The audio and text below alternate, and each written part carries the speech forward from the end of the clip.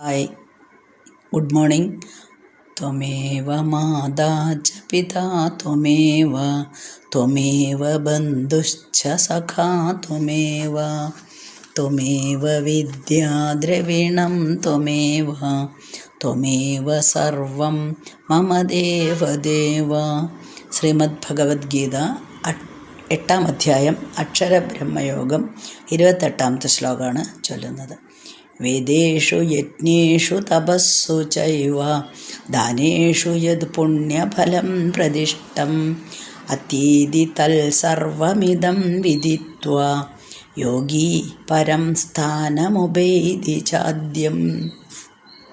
മലയാളം.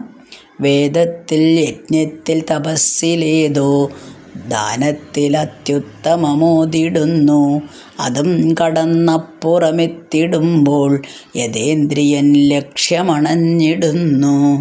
വളരെ ക്ലിയറായിട്ട് പറയുന്നുണ്ട് എപ്പോഴാണ് നമ്മൾ ലക്ഷ്യസ്ഥാനത്ത് എത്തുക എന്നുള്ളത്. വേദേഷു യജ്ഞേഷു തപസ്സു ദാനേഷു ചയേവ.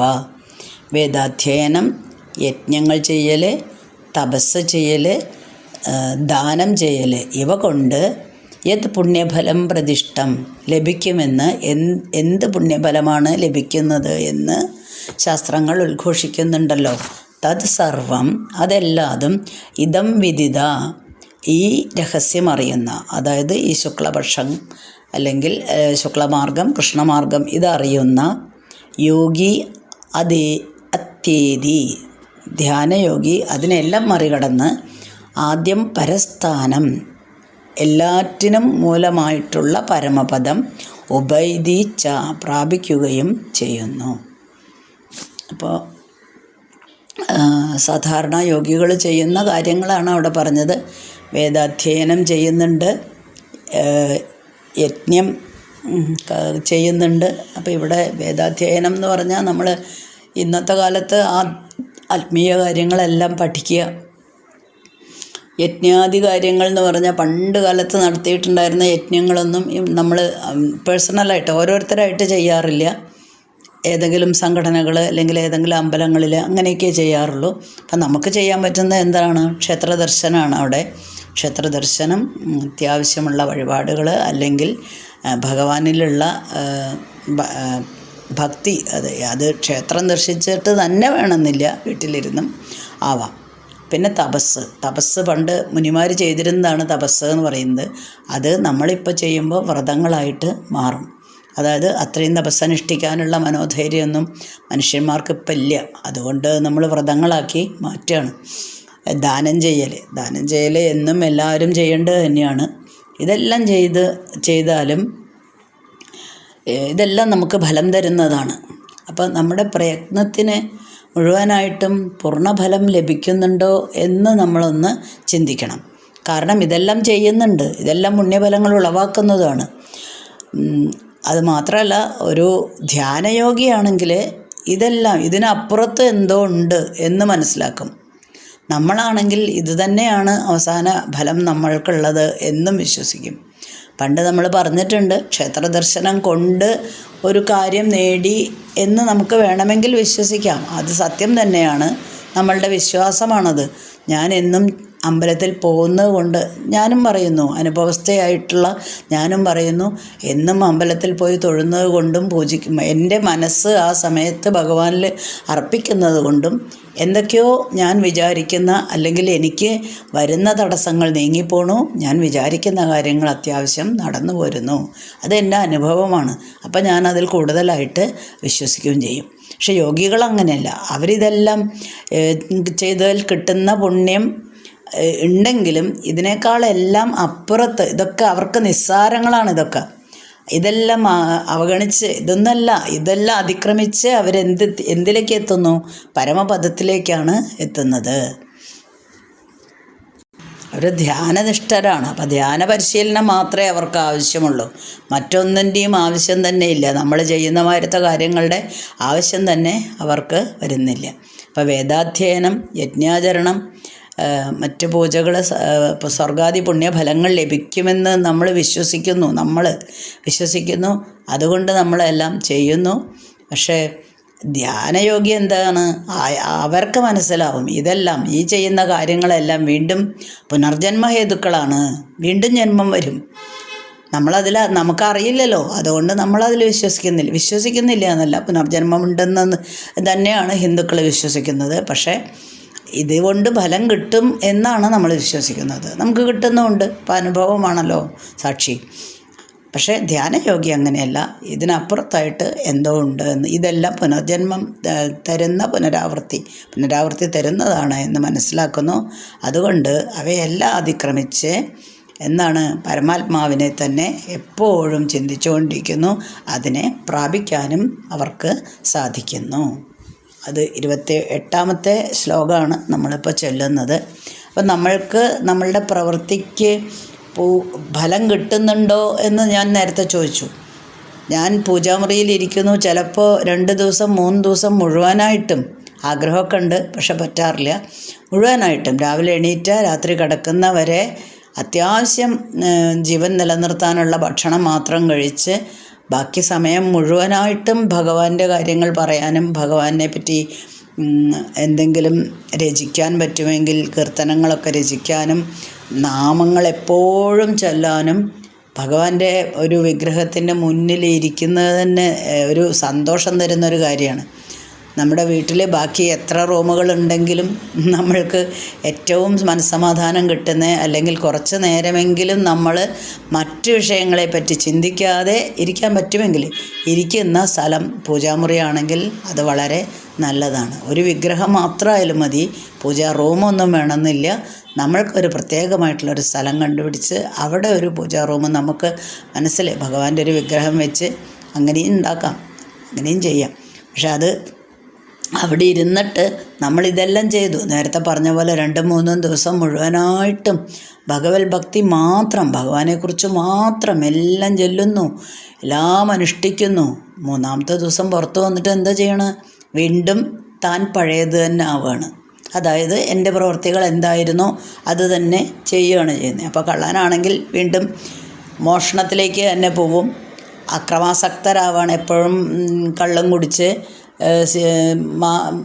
മയക്കുമരുന്ന് തിന്ന് സിഗരറ്റ് വലിച്ച് ബീഡി വലിച്ച് നടക്കുന്ന ആൾക്കാരാണെങ്കിൽ, ഞാനിപ്പോൾ ഒരു എക്സാമ്പിൾ പറയാം. ഇപ്പം ഞങ്ങളുടെ ചുറ്റും തന്നെ കുറേ പേര് മലയ്ക്ക് മാലയിട്ട് 40 ദിവസത്തെ വ്രതമൊക്കെ എടുത്ത് പോകുന്നുണ്ട്. പക്ഷേ സാധാരണ 365 ദിവസത്തിൽ ഇത്രയും ദിവസം ഈ 40 ദിവസം ഉണ്ടോയെന്നൊക്കെ അറിയില്ല, എന്നാലും ഞാൻ പറയാം, എന്നും കാണുന്ന ആൾക്കാരാണ്. രാവിലെ 5 മണിയാകുമ്പോഴേക്കും അവർ പണം പിരിവാണ്. എന്തിനാണ്? ഒരു പെഗ് അടിക്കാനോ 2 പെഗ് അടിക്കാനോ പറ്റുമോ, എന്താ ചാൻസ് എന്ന് വെച്ച് ഫ്രണ്ട്സിനെല്ലാം കൂട്ടി എന്നും തന്നെ വീട്ടിൽ ഭാര്യമാർ കഷ്ടപ്പെടുന്നു, മക്കളെ വളർത്തുന്നു. പക്ഷേ ഇവർ ചെയ്യുന്നത് ഇതാണ്. എപ്പോഴാണെന്ന് ആലോചിക്കണം. രാവിലെ 5 മണി മുതലാണ്, കണ്ടിന്യൂസ്ലി രാത്രി കിടക്കുന്നവരെ ഇത് തന്നെ ചെയ്യുന്ന ആൾക്കാർക്ക് ഇപ്പോൾ ഈ 10-20 ദിവസം മലയ്ക്ക് മാലയിട്ട് ഇതൊന്നും കഴിക്കാതെ വ്രതമെടുത്ത് ശബരിമല പോവാമെങ്കിൽ അവർ വീണ്ടും തിരിച്ചു വന്നാൽ എന്താ ചെയ്യുന്നത്? പഴയ ജോലി തന്നെയാണ് ചെയ്യുന്നത്. ആ ഒരു 20 ദിവസം മാത്രമുള്ളൊരു ഭക്തിയാണ് അവരുടെ. വീണ്ടും നാളെ വന്നു കഴിഞ്ഞാൽ, മലയ്ക്ക് പോയി വന്നു കഴിഞ്ഞാൽ വീണ്ടും അവരെന്തായിരുന്നു ആദ്യം ചെയ്തിട്ടുണ്ടായിരുന്നേ അതേ പ്രവൃത്തി തന്നെയാണ് ചെയ്യുന്നത്. അപ്പോൾ പിന്നെ നമ്മൾ ചെയ്തതെല്ലാം വേസ്റ്റായില്ലേ, അതെല്ലാം വൃഥാവിലാണ്. അപ്പോൾ ഒരു പൂജാമുറി ഉണ്ടെങ്കിൽ മാത്രമേ നമുക്ക് ഭക്തി വരുമെന്നൊന്നുമില്ല. അത് ഞാൻ നാരായണീയം വായിക്കുന്ന സമയത്തും പറഞ്ഞു. നമ്മൾക്കിപ്പോൾ ഈ പ്രഭാഷണം ഞാനിപ്പോൾ പറയുന്നത് കേൾക്കണമെങ്കിൽ നമ്മളുടെ ഫോണാണ്, ആ ഫോണിൽ ഒരാൾ റെക്കോർഡ് ചെയ്ത് അയച്ചു തരുന്നുണ്ട്, അല്ലെങ്കിൽ യൂട്യൂബ് ചാനൽ പറഞ്ഞു തന്നിട്ടുണ്ട്. അത് ഓപ്പൺ ചെയ്ത് കഴിഞ്ഞാൽ നമ്മൾക്ക് ഏത് അധ്യായം വേണോ ആ അധ്യായത്തിൽ തുടക്കം മുതൽ നമ്മൾ ഇപ്പോൾ അപ്ലോഡ് ചെയ്തിട്ടുണ്ട്. അതെല്ലാം നമുക്ക് വായിക്കാം. അത് ഓൺ ചെയ്ത് അവിടെ വെച്ചാൽ മതി. ഞാനെപ്പോഴും കഴിയുന്നതും സമയം കിട്ടുന്നില്ലെങ്കിൽ രാവിലെ ഇങ്ങനെ വിഷ്ണു സഹസ്രനാമായാലും ലളിതാ സഹസ്രനാമായാലും, ഇനി ഞാൻ തന്നെ ഈ പറയുന്ന പ്രഭാഷണങ്ങളായാലും എനിക്കിഷ്ടമാണ് ഇത് തന്നെ കേട്ടിരിക്കാൻ. ഞാൻ തന്നെ പറയുന്നതാണെങ്കിലും അതിലെ കാര്യങ്ങൾ എത്ര പ്രാവശ്യം ഉൾക്കൊള്ളാൻ പറ്റുമോ അത്രയും നല്ലതാണ്. അപ്പം ഞാനത് അവിടെ ഓൺ ചെയ്ത് വെച്ച് എൻ്റെ ജോലികൾ നോക്കുന്നു. അത് കുറച്ച് ഉറക്കം വയ്ക്കുമ്പോൾ എനിക്ക് കേൾക്കാനും കഴിയുന്നു, എൻ്റെ ജോലിക്ക് തടസ്സവുമില്ല. അവിടെ അപ്പോൾ ഭഗവാന്റെ അടുത്തിരുന്ന് പ്രാർത്ഥിക്കാൻ പറ്റുന്നില്ല എന്ന് മാത്രമേ ഉള്ളൂ. തത്വങ്ങൾ മനസ്സിലാക്കാനായിട്ട് നമുക്ക് സാധിക്കും. പിന്നീട് നമുക്ക് സമയം കിട്ടുമ്പോൾ നമ്മുടെ പൂജാ റൂമിലിരുന്ന് ചെയ്യും. അപ്പോൾ നമ്മൾ എന്ത് ജോലി ചെയ്യുകയാണെങ്കിലും നമ്മളുടെ ജോലി എന്ന് പറയുന്നത് എപ്പോഴും നമ്മുടെ കർമ്മരംഗമാണ്. അപ്പോൾ കർമ്മം ചെയ്തേ പറ്റൂ. കർമ്മയോഗത്തിൽ നമ്മൾ പറഞ്ഞിട്ടുണ്ട്, എന്ത് കർമ്മം ചെയ്യുകയാണെങ്കിലും നമുക്കൊന്നും പേടിക്കാനില്ല. എന്താണ്, എൻ്റെ കൂടെ ആരുണ്ട്? ഭഗവാനുണ്ട്. ഒരു സംശയമില്ല എനിക്ക്, ആ കാര്യത്തിൽ എനിക്ക് യാതൊരു സംശയമില്ല. എൻ്റെ കൈ പിടിക്കാൻ ഭഗവാനുണ്ട്. അല്ലെങ്കിൽ ചെറിയ കുട്ടികൾ അച്ഛന്മാരുടെ അമ്മമാരുടെയൊക്കെ കയ്യിൽ 2 വിരൽ കൊടുത്ത് ഇങ്ങനെ നടക്കുന്ന കണ്ടിട്ടുണ്ടല്ലോ. ഒരു പേടിക്ക് വീഴുമെന്നുള്ള ഒരു പേടിക്ക്. വളരെ ചെറിയ കുട്ടികളാവുമ്പോൾ നമ്മൾ മുറുക്ക പിടിക്കില്ലേ അവരെ വീഴാതിരിക്കാൻ വേണ്ടിയിട്ട്. കുറച്ച് നടന്നു തുടങ്ങിയ പ്രായമാണെങ്കിലും കുറച്ച് വലുതായി കഴിഞ്ഞാൽ ഒരു 4ാം ക്ലാസ് 5ാം ക്ലാസ് വരെ എത്തിയിട്ടുള്ള കുട്ടികളാണെങ്കിലും തിരക്കിലൂടെയൊക്കെ നടക്കുമ്പോഴും അല്ലെങ്കിൽ റോഡിലൊക്കെ നടക്കുമ്പോഴും എപ്പോഴും അവർ ഒരു കൈ ഇങ്ങനെ നീട്ടും. എന്തിനാണ്? ആരെങ്കിലും ഒപ്പമുള്ളവർ പാരൻസായാലോ മുത്തശ്ശിമാരായാലോ അച്ഛൻ മുത്തശ്ശന്മാരാണെങ്കിലോ ഒന്ന് പിടിക്കാൻ വേണ്ടിയിട്ട്. അങ്ങനെ പിടിക്കാൻ നമുക്ക് ആരുണ്ട്? ഭഗവാനുണ്ട്. പിന്നെ ഒന്നും പേടിക്കാനില്ല. ഭഗവാൻ നമ്മളെ കൈ പിടിച്ചോളും. നമ്മൾ ഭഗവാന്റെ കൈയും പിടിച്ചാണ് നടക്കുന്നത് എന്ന് വിചാരിച്ച് നമ്മുടെ ഏത് കർമ്മം വേണമെങ്കിലും ചെയ്യാം. കർമ്മം ചെയ്യാതിരിക്കലല്ലല്ലോ. ഈ നേരത്തെ പറഞ്ഞ പോലെ 24 മണിക്കൂറും പൂജാമുറി അടച്ചിട്ടിട്ട് പ്രാർത്ഥിച്ചതുകൊണ്ട് പ്രത്യേകിച്ചൊന്നും നേടുകയൊന്നുമില്ല. നമ്മുടെ മനസ്സവിടെ അല്ലെങ്കിൽ. അപ്പം നമ്മൾ ഇനിയിപ്പോൾ മനസ്സവിടെ ആണെങ്കിലും അത് മാത്രം ചെയ്തതുകൊണ്ട് നമ്മളുടെ കർമ്മങ്ങൾ പൂർത്തിയാവുന്നില്ലല്ലോ അവിടെ. അപ്പം നമ്മുടെ കർമ്മങ്ങൾ ചെയ്യണമെങ്കിൽ നമ്മൾക്ക് കർമ്മങ്ങൾ ചെയ്തേ പറ്റുള്ളൂ. പക്ഷേ നമ്മൾ എന്ത് ചെയ്യണം? ഞാനെല്ലാം ഭഗവാനോട് പറഞ്ഞിട്ടാണ് ചെയ്യുന്നത്. എല്ലാം ഭഗവാൻ കാണുന്നുണ്ട്, കേൾക്കുന്നുണ്ട്, എൻ്റെ കൂടെ ഒപ്പമുണ്ട്. ചിലപ്പോൾ ഇപ്പം നമ്മളെന്താ ചെയ്യുന്നത്? എല്ലാ ആചാരങ്ങളും അനുഷ്ഠാനങ്ങളും എല്ലാം വളരെ ഉത്സവത്തോടു കൂടിയിട്ട് അല്ലെങ്കിൽ എന്താ പറയുക ആഘോഷമാക്കിയിട്ട് മാറ്റുകയാണ് ചെയ്യുന്നത്. എനിക്ക് അത്ര വലിയ താല്പര്യമില്ലാത്ത കാര്യമാണത്. അമിതമായിട്ടുള്ള ഒരു പ്രാധാന്യം കൊടുക്കുന്നു. എല്ലാ ഉത്സവങ്ങൾക്കും മറ്റ് കാര്യങ്ങൾക്ക് ഇതുവരെയൊന്നും ഇല്ലാത്ത, പല കൊല്ലങ്ങളിലും ഇല്ലാത്ത ഒരു ആഘോഷം കൂടി വരികയാണ് ഓരോ വർഷങ്ങൾ കഴിയും തോറും. ഇതെല്ലാം താൽക്കാലികമായിട്ടുള്ള ഒരു സന്തോഷം മാത്രമേ നമുക്ക് തരൂന്ന് മനസ്സിലാക്കി കഴിഞ്ഞാൽ പിന്നെ നമ്മൾ അതാണ് മനസ്സിലാക്കേണ്ടത്. ഇപ്പോൾ കാർത്തിക ദീപം, നാളെ കാർത്തിക ദീപമാണ്. ഞാനിപ്പോൾ ഇത് വായിക്കുമ്പോൾ നാളെ കാർത്തിക ദീപമാണ്. കാർത്തിക ദീപം സന്ധ്യയ്ക്ക് വിളക്ക് കൊളുത്തുമ്പോൾ എല്ലാം വീട് മുഴുവനും കാർത്തിക ദീപം വിളക്ക് കൊളുത്തി വെച്ചേ പറ്റൂ. നല്ല കാര്യമാണ്. ഭഗവാന് വേണ്ടിയിട്ടാണ് കത്തിക്കുന്നത്. നെയ്യൊഴിച്ച് കത്തിച്ചാൽ അത്രയും നല്ലതാണ്. എന്തായാലും നമ്മുടെ വീട്ടിൽ മുഴുവനും പ്രകാശം കൊണ്ടുവരിക എന്നുള്ളത് വളരെ നല്ല കാര്യമാണ്. പക്ഷേ എല്ലാ അമ്പലങ്ങളായാലും മറ്റ് സ്ഥാപനങ്ങളായാലും എല്ലാം ഇങ്ങനെ വളരെയധികം വിളക്ക് തെളിയിച്ചില്ലെങ്കിൽ അതൊരു മഹാപരാധം പോലെ. അയ്യോ, ഇന്ന് വിളക്ക് തെളിയിച്ചില്ലേ, അയ്യോ ഇന്ന് എന്താണ് കാർത്തിക ദീപമായിട്ട് വിളക്ക് തെളിയിക്കാത്തേ? അപ്പോൾ എന്തായി? അയാളുടെ മനസ്സിലൊരു വിഷമായി, അയ്യോ ഞാൻ തെളിയിച്ചില്ലല്ലോ. അങ്ങനെയൊന്നുമില്ല. നമ്മളുടെ മനസ്സിൽ തന്നെ ഒരു സാഹചര്യം ഉണ്ടെങ്കിൽ നമ്മൾ കൊളുത്തണ്ട എന്നല്ല, കൊളുത്തണം. പക്ഷെ അമിതമായിട്ടുള്ള ആഘോഷം അതിന് വേണം. എല്ലാം ആഘോഷങ്ങളാണെന്നേ, അത് കുറച്ച് അധികമാവുന്നില്ലേ എന്നൊരു സംശയം. അപ്പോൾ നമ്മൾ ഭഗവാനിൽ തന്നെ നമ്മളെ അർപ്പിച്ച് കഴിഞ്ഞു. അപ്പം നമുക്ക് എന്നും തന്നെ ഭഗവാന്റെ ആ ദീപം അല്ലെങ്കിൽ ആ ചൈതന്യം നമുക്ക് ദർശിക്കാനായിട്ട് കഴിയുന്നുണ്ട്. പിന്നെ പുറമേ ഒരു കാർത്തിക ദീപം കത്തിച്ച് വയ്ക്കണം എന്ന് നിർബന്ധമില്ല. പക്ഷെ കത്തിക്കാം, വേണ്ടാന്നൊരിക്കലും ഞാൻ പറയില്ല. ആചാരങ്ങളൊക്കെ ഒരു പരിധി വരെ വളരെ നല്ലതാണ്. പ്രത്യേകിച്ച് നമ്മുടെ മനസ്സിൻ്റെ വിശ്വാസമാണ്. അപ്പം അത് തെളിയിക്കുന്നത് ഭഗവാന് വേണ്ടിയിട്ടാണ്. അത് വന്നാൽ മതി. ഈ ചെയ്യുന്ന കാര്യം, ഞാൻ ഈ തെളിയിക്കുന്ന ദീപങ്ങൾ മുഴുവനും ഭഗവാൻ അർപ്പിക്കാൻ വേണ്ടിയിട്ടാണ്, ഭഗവാന് വേണ്ടിയിട്ടാണ് കൊളുത്തുന്നത് എന്ന് വന്നു കഴിഞ്ഞാൽ യാതൊരു കുഴപ്പമില്ല. അത് ഓവറാവുമ്പോഴാണ് പ്രശ്നം. അപ്പം നമ്മൾക്ക് ഏത് കർമ്മങ്ങൾ ചെയ്യുകയാണെങ്കിലും നമുക്ക് ഭഗവാനെ അറിയാൻ കഴിയണം, അനുഭവിക്കാനും കഴിയണം അല്ലേ? ജ്ഞാനകർമ്മയോഗത്തിൽ നമ്മൾ പറഞ്ഞത് അതാണ്. പഠിക്കുകയും വേണം, അത് അനുഭവിക്കുകയും വേണം. അതേപോലെ ഭഗവാനെ അറിയുകയും വേണം, അനുഭവിക്കാനും കൂടിയിട്ട് കഴിയണം. ഇതാണ് ഈ ശ്ലോകത്തിൽ. അപ്പോൾ ആദ്യമായിട്ട് നമ്മൾ ഈ അധ്യായം തുടങ്ങിയത് തന്നെ കുറച്ച് പുതിയ വേർഡ്സ് വെച്ചിട്ടാണ്. അധ്യാത്മം, അതിദൈവം, അതിഭൂതം, അതിയജ്ഞം എന്നൊക്കെ പറഞ്ഞിട്ടാണ്. ഈ സംശയങ്ങൾ മുഴുവനും അർജുനൻ്റെ എനിക്ക് മനസ്സിലായില്ല എന്ന് പറഞ്ഞ അർജുനന് ഇതിൽ ഓരോന്നും മുഴുവനായിട്ടും വിവരിച്ചു കൊടുത്തു. മാത്രമല്ല അക്ഷരം ക്ഷരം ഇതെല്ലാം വിവരിച്ചു കൊടുത്തു. ക്രമമുക്തിയെ പറ്റിയിട്ട് വിവരിച്ചു കൊടുത്തു. പിന്നെ ബ്രഹ്മാവിൻ്റെ ഒരു ദിവസം പകലും രാത്രിയും വിവരിച്ചു കൊടുത്തു. ബ്രഹ്മാവിൻ്റെ സൃഷ്ടി എവിടുന്ന് അവ്യക്തത്തിൽ നിന്ന് ഉത്ഭവിക്കുന്നു, അവ്യക്തതയിൽ ലയിക്കുന്നു, ഇതിനെപ്പറ്റി പറഞ്ഞു കൊടുത്തു. മാത്രമല്ല മരണാനന്തര ഗതി, പുനരാവൃത്തി ഉള്ളതും പുനരാവൃത്തി ഇല്ലാത്തതുമായിട്ടുള്ള രണ്ട് യോഗികളായിട്ടുള്ള ആൾക്കാരുടെയും സാധാരണ സാധകന്മാരുടെയും മരണാനന്തര ഗതിയെപ്പറ്റി വിവരിച്ചു കൊടുത്തു. ഇപ്പം നമ്മുടെ പുനർജന്മം എന്തുകൊണ്ടാണ് പുനർജന്മം വരുന്നത് എന്ന് വിവരിച്ചു കൊടുത്തു.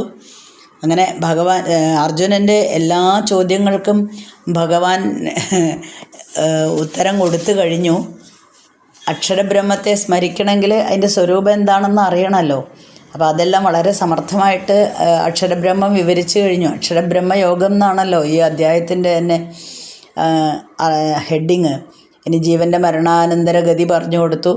ജ്യോതിർയാനം, കൃഷ്ണയാനം, അത് രണ്ടും പ്രകാശമയമായിട്ടുള്ള ദേവയാനം പറഞ്ഞു കൊടുത്തു. പിതൃയാനം, ഇരുളടഞ്ഞ പിതൃയാനത്തെ പറ്റി വിവരിച്ചു കൊടുത്തു. പുണ്യം, നമ്മളുടെ പുണ്യമൊക്കെ ആ ലോകത്തിലുള്ള പുണ്യമൊക്കെ ക്ഷയിക്കുമ്പോൾ നമ്മൾ മരിച്ചു കഴിഞ്ഞാൽ ആത്മാവ് പോയി പല ലോകങ്ങളിലൂടെ സഞ്ചരിക്കും. അതെല്ലാം ക്ഷയിച്ചു കഴിഞ്ഞാൽ വീണ്ടും ഇവിടെ തന്നെ വന്ന് പുനർജനിക്കുമെന്ന് പറഞ്ഞു കൊടുത്തു. അങ്ങനെ അക്ഷരബ്രഹ്മത്തെ സ്മരിക്കുന്നവർക്ക് ഇതൊന്നുമില്ല, ദേഹം വിടുമ്പോൾ അവർ ബ്രഹ്മത്തിൽ ലയിക്കുന്നു എന്നും പറഞ്ഞു കൊടുത്തു. ഇതെല്ലാം വിവരിച്ചു കഴിഞ്ഞു. അക്ഷരബ്രഹ്മയോഗം എന്നുള്ള അധ്യായം ഇവിടെ മുഴുവനായി. ഇത് ശ്രീമദ് ഭഗവത്ഗീതാസു ഉപനിഷത്സു ബ്രഹ്മവിദ്യായാം യോഗശാസ്ത്രേ ശ്രീകൃഷ്ണാർജുന സംവാദേ അക്ഷരബ്രഹ്മയോഗോ നാമ 8-മോധ്യായഃ. ഓം തത് സത് സത്. അസ്മിൻ പരാത്മന്നനുപാത്മകൽപേതുമിത്തമുത്ഥാപിതപത്മയോനി അനന്തഭൂമാമരോഗരാശിം നിരുന്ധിവാദാലയവാസവിഷ്ണു. ഇനി നമ്മൾ 9-ാമത്തെ അധ്യായം അടുത്ത ദിവസം തുടങ്ങും.